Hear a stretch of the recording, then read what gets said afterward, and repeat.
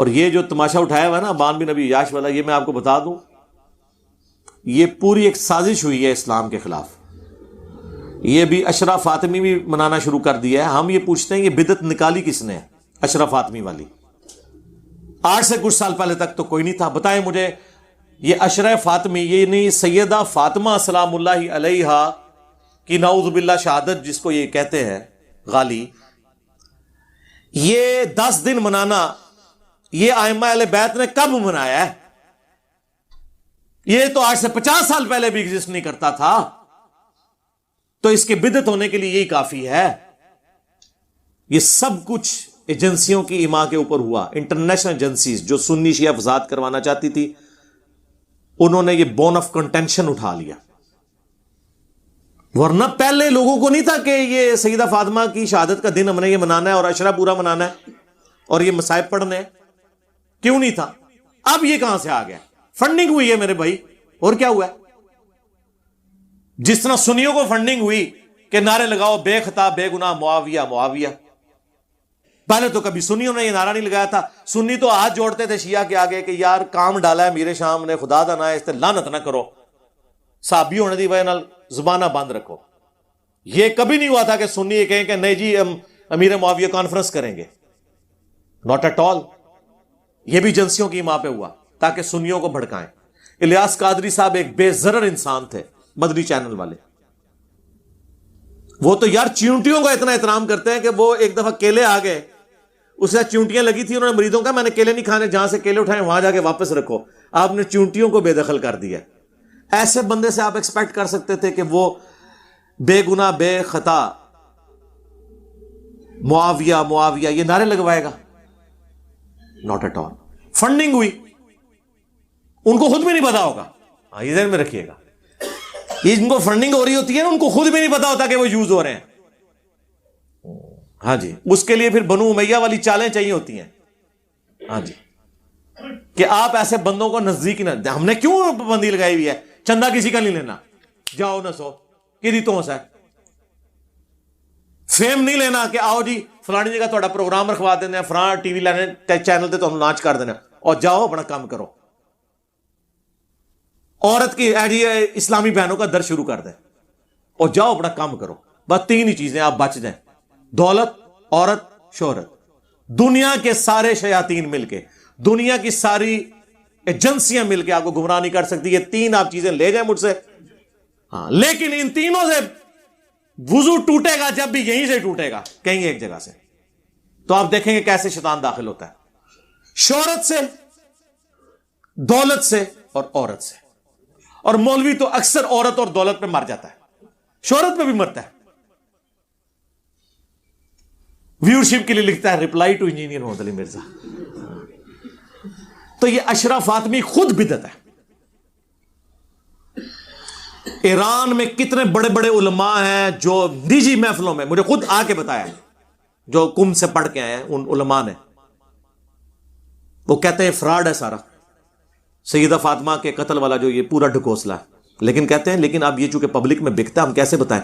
بالکل اس طریقے سے جس طرح اب بریلوی علماء یہ نہیں بتا سکتے کہ میلاد کے موقع کے اوپر یہ جو آپ نے جلوس جھنڈیوں کے ساتھ ساتھ یہ آپ نے جو زیارتیں لگانا شروع کی ہیں، پھر مکے اور مدینے کے ماڈل بنا دیے ہیں، اس سے بڑھ کے لوگ وہاں سامنے کھڑے ہو کے دعائیں کرتے ہیں اس کا ریپلیکا سمجھتے ہوئے، یہ سب بدعت ہیں. نجی محفلوں میں تو ہمیں آگے کہتے ہیں بدعت ہے، لیکن کہتے ہیں اگر ہم کہیں گے تو ٹوکا اٹھا لے گی ہماری عوام ہی، سرتن سے جدا. یہ ڈر ہر فرقے میں موجود ہے. ابان بن ابی عیاش ان کے نزدیک بھی جھوٹا. امام مسلم نے مقدمے میں لکھا ہے کہ یہ جھوٹا کذاب ہے، تبع تابعین میں سے ہے. اور 2 تبع تابعین کہتے ہیں کہ ہم نے 1000 حدیثیں لکھی ابان بن ابی عیاش سے. امام مسلم نے صحیح مسلم کے شروع میں مقدمے میں لکھا ہے.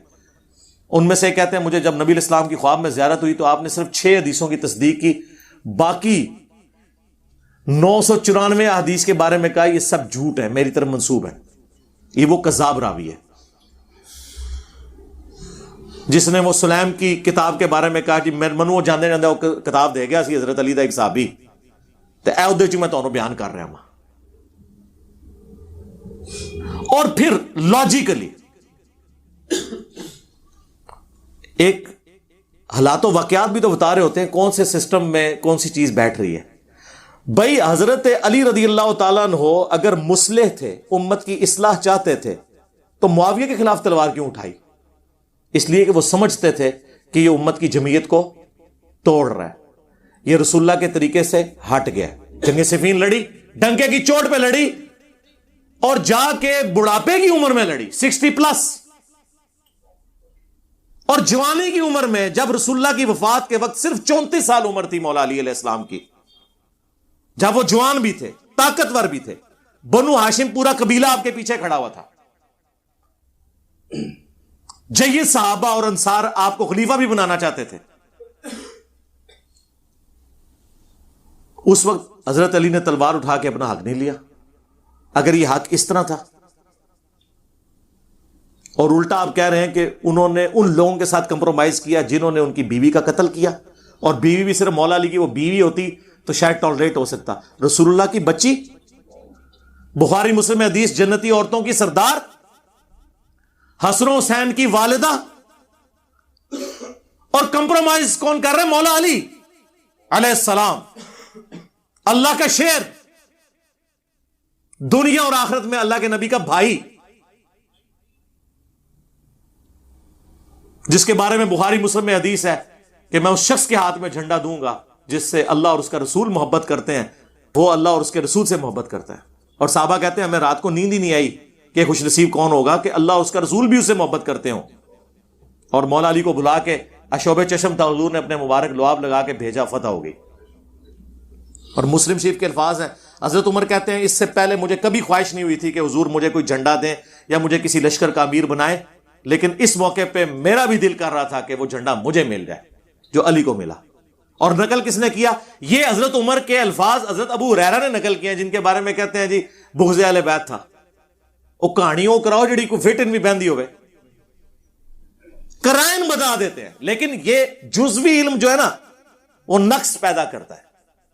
جائیں انٹرنیشنل عدالت میں ہمارا مقدمہ لے جائیں کہ جو مولا علی اتنا دلیر ہو, رسول اللہ کا تربیت یافتہ ہو, وہ اپنی بیوی کے قاتل کے ساتھ کمپرومائز کر سکتا ہے. اور صرف بیوی نہیں, نبی الاسلام کی بچی. آپ ان کو یہ کہانی کرائیں گے کہ جی وہ امت کی مفاد کی خاطر وہ خاموش ہو گئے, تو سر امت کی مفاد کی خاطر اگر خاموش ہوئے تھے تو پھر صفین میں بھی خاموش رہتے ہیں نا, جمل اور نہروان میں بھی خاموش رہتے ہیں نا. نہیں, اسی لیے میں سید جواد نقوی صاحب حافظہ اللہ تعالی کو مصلح مانتا ہوں, ایٹ لیسٹ شیعہ کمیونٹی کے اندر مجدد مانتا ہوں, کہ انہوں نے پہلی دفعہ آ کے دلیری کے ساتھ یہ مقدمہ بیان کیا. اگرچہ انہوں نے بھی سیدہ فاطمہ کی شہادت والا واقعہ ایک جگہ بیان کر دیا ہوا ہے, لیکن وہ خود ہی منسوخ ہو گیا جب انہوں نے کہہ دیا کہ خلفائے ثلاثہ کے ساتھ مولا علی جب چلے ہیں تو ہماری ان کے ساتھ اسی طریقے سے دوستی ہے, جن کے خلاف تلوار اٹھائی ہے ان کے خلاف ہماری اسی طرح تلوار ہے. اور انہوں نے بولا کہ کیا ذوالفقار کھو گئی تھی مولا علی سے؟ خلفائے ثلاثہ حضرت ابوبکر عمر عثمان کے زمانے میں رضی اللہ عنہم اجمعین وعلیہم السلام اجمعین نہیں, انہیں پتا تھا کہ میں نے رسول اللہ کے ساتھیوں کے ساتھ نہیں لڑنا. یہ جملے ہیں سید جواد نقوی صاحب کے, تو میں نے تو گن پوائنٹ پہ ان سے نہیں نکلوائے.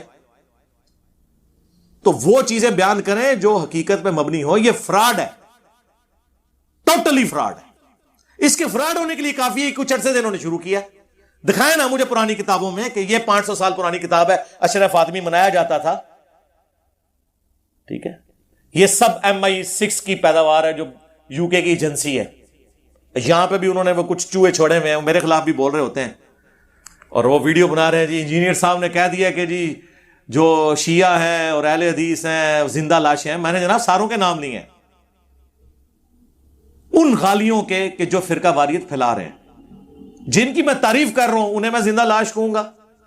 یعنی میں سید جواد نقوی صاحب کو زندہ لاش کہوں گا, یا اہل حدیث کے شیخ زبیر لزئی صاحب کو میں زندہ لاش کہوں گا؟ تو وہ پھر خیر ان کی غلاظت بھی کھل کے باہر آئی. جو ان میں غالی تھے, جو ماڈریٹ تھے, انہوں نے پہلی دفعہ میرے بیان کی خود ہی تعویل بیان کر دی کہ نہیں, جس شخص کا یہ کریکٹر ہو جب وہ یہ بات کر رہا ہے تو اس کو اس پیرائے میں دیکھنا ہوگا. اور پھر میں نے اس کے اوپر باقاعدہ کلیریفیکیشن بھی دی. اس کے باوجود میں غیر مشروط معافی مانگتا ہوں اگر کسی کا دل دکھا ہے اس حوالے سے، اگر وہ یہ سمجھتا ہے کہ اس کا دل دکھا ہے، لیکن میں اپنی اس بات کے اوپر قائم ہوں کہ جب تک فرقہ واریت کی دراڑیں ختم نہیں ہوں گی، سنی شیعہ فرقہ بازی پھیلانے والے لوگ ان زندہ لاشوں کو جب تک آپ دفنائیں گے نہیں، تاکہ یہ لوگوں کو ہانٹ کرنا چھوڑ دیں، اس وقت تک امام مہدی کو آپ ویلکم نہیں کہہ سکتے، کیونکہ امام مہدی نے سنی اور شیعہ کی تفریق سے بلند ہو کے امت کی امامت کرنی ہے۔ امام مہدی جو ہیں وہ سنی ہوں گے، شیعہ ہوں گے یا مسلم ہوں گے، کیونکہ ان کے جد امجد حسین ابن علی علیہ السلام مسلم ہیں، اور ان کے جد امجد محمد رسول اللہ وَأَنَا أَوَّلُ الْمُسْلِمِينَ اللہم صلی علی محمد وعلی آل محمد، قرآن میں ہے وہ مسلم ہے، اور ان کے جد امجد ابراہیم علیہ السلام ما کان ابراہیم یہودیا ولا نصرانیا ولکن کان حنیفا مسلما وما کان من المشرکین، ابراہیم نہ یہودی تھے نہ نصرانی تھے، بلکہ وہ سب سے ٹوٹ کر ایک اللہ کے ہو گئے تھے، اور وہ مسلم تھے اور وہ مشرکین میں سے نہیں تھے۔ اور ڈاکٹر اسرار صاحب کہتے تھے کہ تمہارے نبی بھی نہ سنی تھے نہ شیعہ تھے، وہ مسلم تھے، جیسے ابراہیم علیہ السلام نہ یہودی تھے اور نہ وہ نصرانی تھے۔ یہ سب کی سب باتیں جھوٹ بکواسیات کے اوپر چل رہی ہوتی ہیں، یہ فٹ ان نہیں بیٹھتی ہیں، ٹھیک ہے۔ سقیفہ بنی ساعدہ کے اوپر میں بھی بولا ہوں، حدیث قرطاس کے اوپر بولا ہوں، میری ڈیٹیل ویڈیوز ہیں، لیکن at the end of the day آج ایک چیز جب ریزالو ہوگی پھر اس چیپٹر کو کلوز رہنے دیں، بیان ضرور کریں جتنی بات ہوئی ہے، لیکن چیپٹر کو کلوز رہنے دیں۔ جو چیپٹر کلوز بھی ہوا وہ جنگ صفین کا ہے، ہم اسے چھیڑتے ہیں، جنگ جمل کا ہے، لیکن اس میں بھی اصحاب کو ہم کہتے ہیں ان کو مولا علی نے معاف کر دیا، اس کو ہم چھیڑنے کے بعد بیان کر کے کلوز کر دیتے ہیں۔ لیکن صفین کا فیصلہ تو مولا علی نے کہا قیامت والے دن ہوگا میرے اور معاویہ کے درمیان، جو المصنف ابن ابی شیبہ میں موجود ہے، ٹھیک ہے نہ معاف کریں آپ، لیکن خلفائے ثلاثہ کے بارے میں جب ہم نہج البلاغہ سے مولا علی کے خطبات آپ کو پیش کریں اور مولا علی سورہ النور کی آیت نمبر 55 کو کوٹ کر کے کہیں کہ یہ اللہ کا وعدہ ہے قرآن میں کہ اپنے نیک بندوں کو خلافت بخشے گا، اور اس خلافت والی آیت کو وہ حضرت عمر فاروق رضی اللہ تعالیٰ عنہ کی جنگ قادسیہ اور یرموک میں فتوحات کے ساتھ جوڑیں، تو پھر مولا علی نے تو اپنا عقیدہ بتا دیا۔ ہم تو بھائی علی کے شیعہ ہیں پولیٹیکل ٹرم میں، تو پھر علی کے شیعہ بنے نا۔ ہاں یہ ہوتا ہے کہ بعض اوقات انسان کو ذاتی طور پہ کوئی چیز ناپسند ہوتی ہے، وہ تو رسول اللہ کے زمانے میں کئی چیزیں نبی علیہ السلام کمپرومائز کر لیتے تھے، صحابہ کو ناپسند ہوتی تھی، نفرت کرتے تھے، اس کے باوجود کہتے تھے یا رسول اللہ سمعنا واطعنا۔ وہ بخاری مسلم میں حدیث ہے نا، غزوہ حنین آخری جنگ تھی مشرکین عرب کے خلاف، اس کے بعد مکے سے پھر اسلام باہر نکلا، یہ فتح مکہ کے بھی کچھ مہینے بعد ہوئی۔ نبی علیہ السلام بلا بلا کے نا جو لوگ فتح مکہ پہ طلقاء مسلمان ہوئے نا ان کو اونٹ تقسیم کر رہے ہیں، ابو سفیان کو 100 اونٹ دے دیے، ہائے ہائے ہائے ہائے ہائے، پوری زندگی نبی کے ساتھ جنگیں لڑتا رہا، چند مہینے پہلے مسلمان ہوا، وہ بھی جب تھریٹ کی گئی سورہ توبہ میں کہ 4 مہینے کا ٹائم ہے یا اسلام قبول کرو ورنہ عذاب استیصال آئے گا، قتل کیے جاؤ گے، جس طرح اگلے انبیاء کے انکار کے اوپر اللہ سے کی طرف سے عذاب آتا تھا، اب مسلمانوں کی تلوار تم پہ مسلط ہوگی، جو سورہ توبہ میں آیا کہ اس دفعہ عذاب نبی کے اصحاب کی تلواروں کے ذریعے ہوگا۔ اسلام قبول کر لیا اور حضور 100 اونٹ سے دے رہے ہیں۔ صحیح بخاری اور مسلم میں الفاظ ہیں، صحیح مسلم میں تو بڑے دردناک الفاظ ہیں، بخاری میں تو اتنا ہے کہ ابھی تو قریش کا خون ہماری تلواروں سے ٹپک رہا ہے، اور رسول اللہ اپنے انہی دشمنوں کو جنہوں نے ابھی کلمہ پڑھا ہے وہ بھی ڈر کے ان کو مال غنیمت میں 100 اونٹ دے رہے ہیں۔ صفوان کو دے دیا 100 اونٹ، ابو سفیان کو دے دیا۔ سر عمر سیریز ویکھ لو پھر تمہیں پتہ لگے گا کہ صفوان کون سی، جنہیں حضور کے قتل کے اوپر بندہ مقرر کیا ہوا تھا، جو وہ معجزانہ طور پہ مسلمان ہو کے واپس آیا۔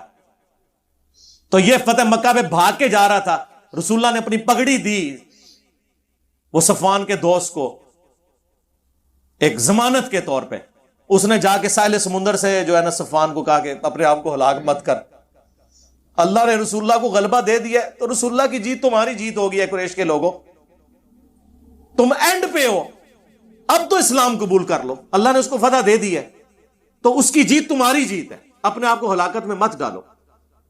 وہ کشتی سے نیچے اترا، اس نے کہا گارنٹی کیا؟ ان کا یہ دیکھو رسول اللہ نے مجھے اپنی پگڑی دے دی ہے، کس شخص کی ضمانت کے لیے؟ جس نے حضور کے قتل کے لیے اسی بندے کو مقرر کیا ہوا تھا، آیا حضور نے معاف کر دیا۔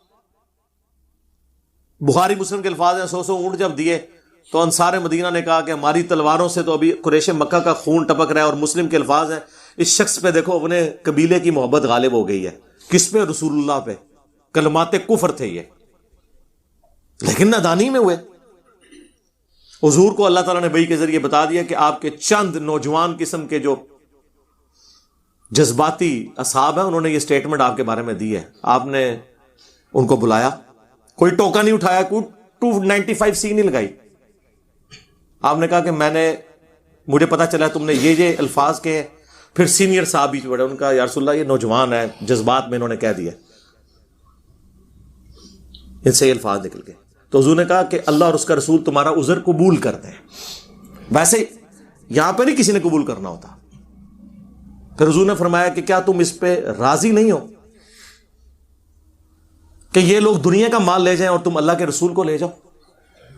خدا کی قسم اگر دنیا ایک گھاٹی میں چلے اور انصار مدینہ دوسری گھاٹی میں چلے، میں انصار مدینہ کے ساتھ ہوں گا، میرا جینا اور مرنا انصار کے ساتھ ہوگا۔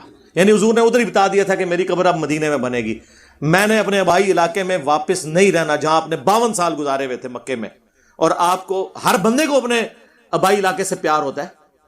حضور نہیں گئے، کہا میں مدینے میں، اور پھر انصار کو بتا دیا، بخاری مسلم میں حدیث ہے، انصار میرے بعد اور لوگوں کو تم پر ترجیح دی جائے گی، تم صبر کرنا یہاں تک کہ حوض کوثر پہ آ کے مجھے ملنا، وہاں پھر بدلہ ہوگا۔ سحقن سحقن لمن غیر بعدی، سحقن سحقن لمن بدل بعدی، ان پہ پھٹکارو، ان کو مجھ سے دور کر دو جنہوں نے میرے بعد میرے دین کو بدل دیا، یعنی جنہوں نے پھر اہل البیت کے ساتھ انصار مدینہ کے ساتھ ظلم کیے۔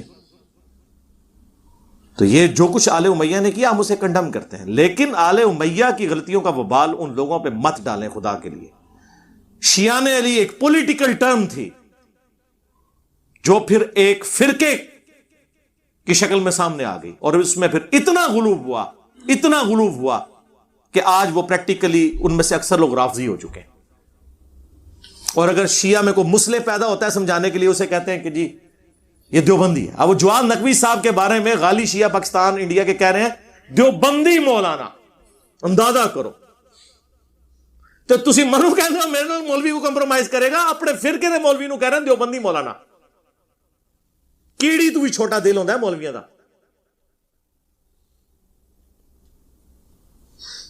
خدا کے لیے ہوش کے ناخن لیں، امت کو کس طرف یہ لوگ لے کے جا رہے ہیں، اور یہ اس قسم کی کسی ایکٹیویٹی میں آپ حصہ نہ لیں۔ میں تو بالکل کلیئر کٹ کہوں گا کہ جو مسلمانوں میں تفریق ڈالے، آپ دیکھیں ایران میں چونکہ جس طرح پاکستان میں سعودی عرب کے آنے کے بعد اہل حدیث کی وجہ سے کتابوں کا شغف پیدا ہوا، ورنہ تو لوگ بزرگ بابوں کی کتابیں پڑھتے تھے، شیعہ کے ہاں تو بالکل کوئی شغف نہیں تھا۔ یہ تو انقلاب ایران کے بعد تھوڑا کتابوں کا سلسلہ شروع ہوا، کتابوں کے ترجمے شروع ہوئے اور تھوڑا علمی شغف آیا۔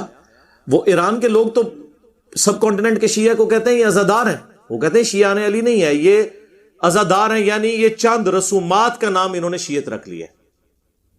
وہاں پہ آپ فتوے دیکھ لیں، خامنائی صاحب کا فتویٰ جب وہ یاسر الحبیب غالی رافضی نے عرب کے چینلز کے اوپر بیٹھ کے سیدہ عائشہ سلام اللہ علیہا کے اوپر سب و شتم کیا اور نعوذ باللہ عائشہ فی النار، یہ سارے وہ نعرے لکھ کے اور پتہ نہیں کیا کچھ کیا، تو انہوں نے کہا کہ یہ بندہ شیعت سے خارج ہے، اس کا ہمارے سے کوئی تعلق نہیں ہے جو نبی الاسلام کی بیویوں کی یا کسی ساتھی کی توہین کرے، یا اہل سنت کے مقدسات کی جس کی اہل سنت عزت کرتے ہیں کسی کی بھی توہین کرنے والا شیعہ نہیں ہے۔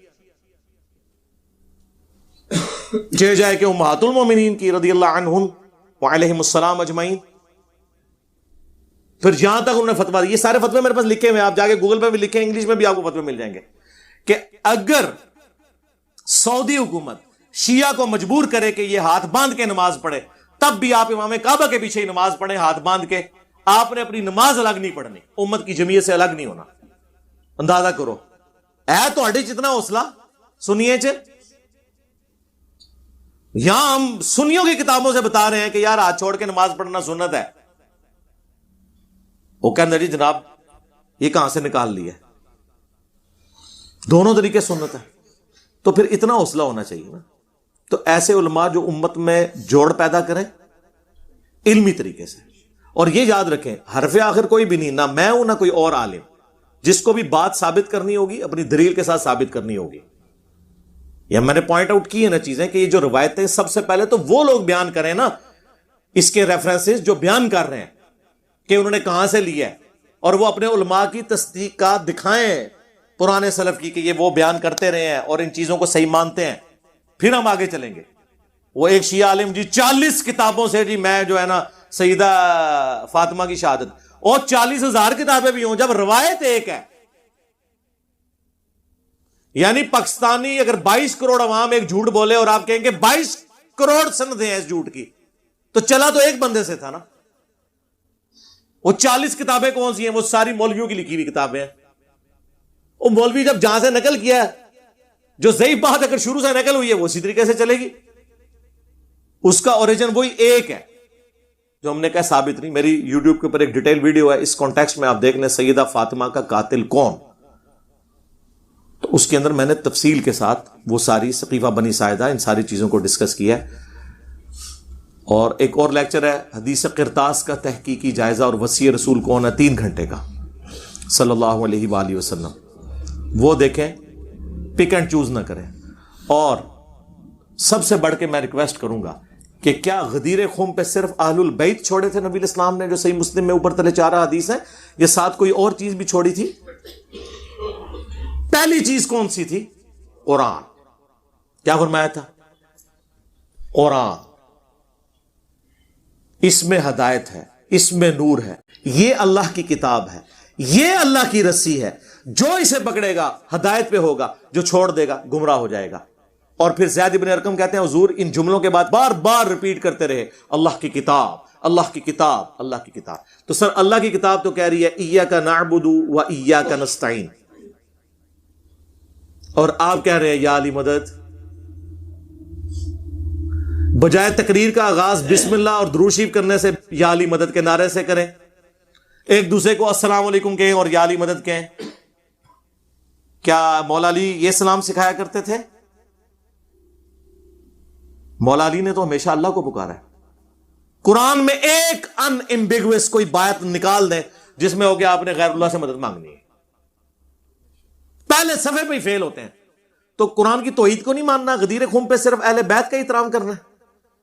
یہ اللہ کی وجہ سے وہ پلیٹ فارم ہے جہاں اہل بیت کے دشمنوں کے خلاف اہل بیت کا دفاع بھی ہو رہا ہے اور قرآن کی توحید بیان ہو رہی ہے سب سے بڑھ کر۔ خالی کوئی اہل بیت کا دفاع کر لے اور وہ یہ سمجھے کہ میں جو غدیر خم پہ کھڑا ہوں، نہیں، جب تک تیری توحید قرآن کے مطابق نہیں ہوتی، جب تک تو اللہ کو حاجت روا مشکل کشا نہیں مان لیتا اور اللہ کے ساتھ کسی اور کو ٹھہرانا بھی نہیں۔ امن یجیب المضطر اذا دعا، سورہ نمل آیت نمبر 62، بھلا بتاؤ تو کون ہے جو اضطراب میں گھرے ہوئے شخص کی فریاد کو سنتا ہے، وَيَكْشِفُ السُّوءَ، اور اس سے اس کی تکلیف کو دور کر دیتا ہے، وَيَجْعَلُكُمْ خُلَفَاءَ الْأَرْضِ، اور تمہیں زمین پر اگلوں کا خلیفہ کرتا ہے۔ أَإِلَٰهٌ مَّعَ اللَّهِ، کیا اللہ کے ساتھ کوئی اور الہ ہے جس کی یہ کوالٹیز ہوں؟ قَلِيلًا مَّا تَذَكَّرُونَ، بہت کم ہی تم نصیحت حاصل کرتے ہو۔ یعنی اللہ کے سوا کسی اور ہستی کے بارے میں یہ عقیدہ رکھنا کہ وہ بھی مشکل پریشانی دور کر سکتا ہے، گویا کہ اسے خدا مان رہے ہو۔ اور یہ کس کانٹیکسٹ میں بات ہو رہی ہے؟ دعا کی کانٹیکسٹ میں۔ ایک ظاہری اسباب ہے، وہ آپ کافر سے بھی لے لیں، کوئی فرق نہیں پڑتا، جو سامنے آپ کے موجود ہے۔ میں نے کہا تو مجھے پانی پلا دو، ٹھیک ہے، لیکن یہ بیٹھے میں بغداد شریف میں یا اجمیر شریف میں یا نجف شریف میں، اور میں کو مجھے پانی پلا دو، یا قبر کے اندر ہو یا باہر ہو، دونوں صورتوں میں نہیں پلا سکتے۔ وہی بات، وہی جملہ، فریم آف ریفرنس بدلنے سے شرک ہو جائے گا۔ جی روٹی امی سے مانگتے ہیں تو سر امی سے ہی مانگتے ہیں نا، مری ہوئی امی سے تو نہیں، زندہ جو سامنے موجود ہے۔ نہیں جی شہید بھی زندہ ہے، سر شہید زندہ ہے نا، تو وہ زنانی نکاح کیوں کر دی ہے مرنے تو بعد؟ ہاں، جب جعفر طیار شہید ہوئے غزوہ موتا میں تو ان کی بیوی اسما بنت امیس نے ابو بکر صدیق سے شادی کیوں کر لی، جس سے محمد بن ابی بکر پیدا ہوئے؟ اور ابو بکر صدیق رضی اللہ تعالیٰ عنہ کے فوت ہونے کے بعد مولا علی سے اسما بنت امیس نے شادی کیوں کر لی؟ بتائیں نا. او بھائی وہ زندگی اور ہے. قرآن کہہ رہا ہے وَلَٰكِن لَا تَشْعُرُونَ, تمہیں شعور ہی نہیں. تو سر چلو ابھی پریکٹیکلی چیک کر لیتے ہیں کہڑے بابے دے مزار تے کہڑے بزرگ دے مزار تے کھڑنا جے اسی انہوں کہنے یار اندروں پانی پلا دے. جے انہیں پانی پلا دیتا, اچھا تانوں اس دا پلا بھی دے, منو نہیں جے پلا سکتا. ہاں تانوں تے شیطان بھی انسانی شکل ہی پلا جائے تہاڈا ایمان پکا ہو جانا ہے. ہاں منو جو پلان لگا میں ایک بار پڑھنا لا حول ولا قوت الا باللہ, نال ہی چیک مارے گا تو جناب ڈیلیٹ ہو جائے گا اتوں. تانوں اس دا پلا بھی دے. یہ ذہن ہے لا حول ولا قوت الا باللہ دا وظیفہ ذہن میں رکھنا ہے. اللہ کا نیک بندہ یہ سن کے نہیں بھاگتا. آپ 10 دفعہ پڑھیں میں نہیں بھاگتا, پڑھو. لیکن اگر شیطان ہوگا جن ہوگا تو بھاگ جائے گا. چیک بھی کر لو, میں نہیں نسدا. انہوں نے بابے چیک کرو قبر تو نکل کے تانوں پلانٹ پانی پھر مننا گے ہاں جی کوئی کر سکتا ہے.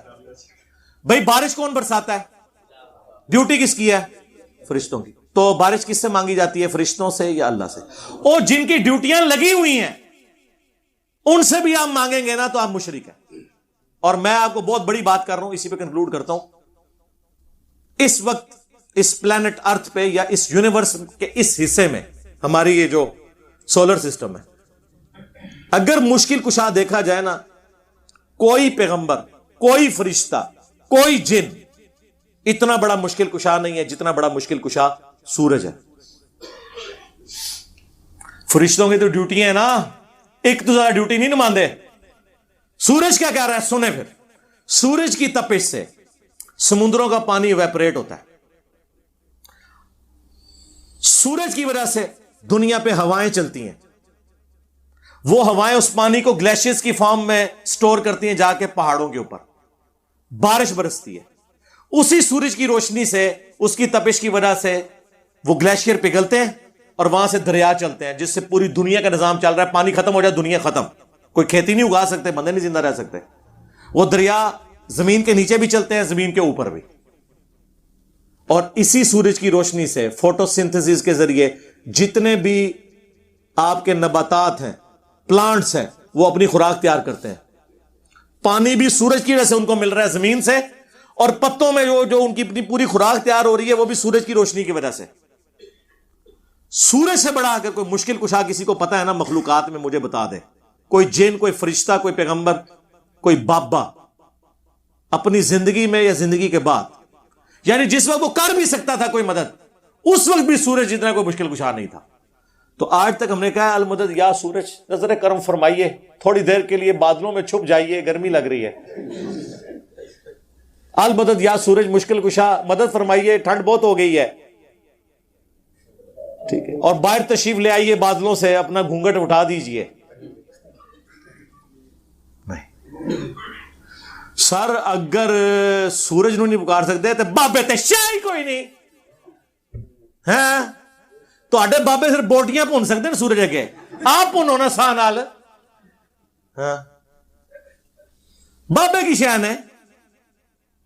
لیکن کبھی ہمیں وہم بھی ہے, کسی مسلمان سنی شیعہ سے پوچھ لیں کہ یار کہہ سکتے ہیں المدد یا سورج, ہو کہے گا توبہ توبہ توبہ توبہ توبہ, مخلوق ہے. کو جی مخلوق ہے, پر اللہ نے ڈیوٹیاں بڑھنی ہیں نا, اللہ نے سورج کی ڈیوٹی لائی ہے. نہیں تے بابے دی تے ڈیوٹی بھی کوئی نہیں لگی ہوئی. ماما مامو پارٹی, ایک مامو نو گالاں کڈنے والی پارٹی تے ایک مامو دا دفاع کرنے والی, دو پارٹیاں گمراہ. مولا علی نے فرمایا سی نا میری وجہ سے 2 فرقے جہنم میں جائیں گے اور 2 گمراہ ہوں گے, ایک میری محبت میں غلوف کر کے اور ایک میری دشمنی میں. یہ صحیح سند سے ہے, فضائل صحابہ احمد بن حنبل کی کتاب. وہ الحمدللہ 2000 احادیث اور اثار پہ وہ کتاب ہے, اردو میں ٹرانسلیٹ ہو کے آ گئی, ہمارے سٹال پہ لگی ہوئی ہے. نو پروفٹ نو لاس پہ ہم دے رہے ہیں, جس کو شوق ہے وہ لے. یہ اس میں روایت موجود ہے, ناصبی اور رافضی دونوں سے بشارتاں نے اللہ فضل جہنم دیا. ہاں تو میں نال ہو کے تکے مارنے تمہوں. ہاں ایتھے تو میں تمہوں کچھ نہیں کہندا, اوتھے نہیں جی چھڈنا. جڑے بندے رافضی نے یا ناصبی نے نا, جنوں فیصلہ ہونا نال ہو کے تکا مارنا ہے, کیونکہ یہ لوگ خود نہیں گمراہ ہوئے, انہوں نے ہزاروں لاکھوں لوگوں کو جہنم میں جانے کے اسباب پیدا کیے. یہ پیشوا ہیں گمراہیوں کے. ہاں اس لیے ان کی کوئی معافی نہیں ہے. صلو علی محمد و آل محمد, اللہم صلی علی محمد وعلی آل محمد واصحاب محمد وازواج محمد اجمعین الی یوم الدین.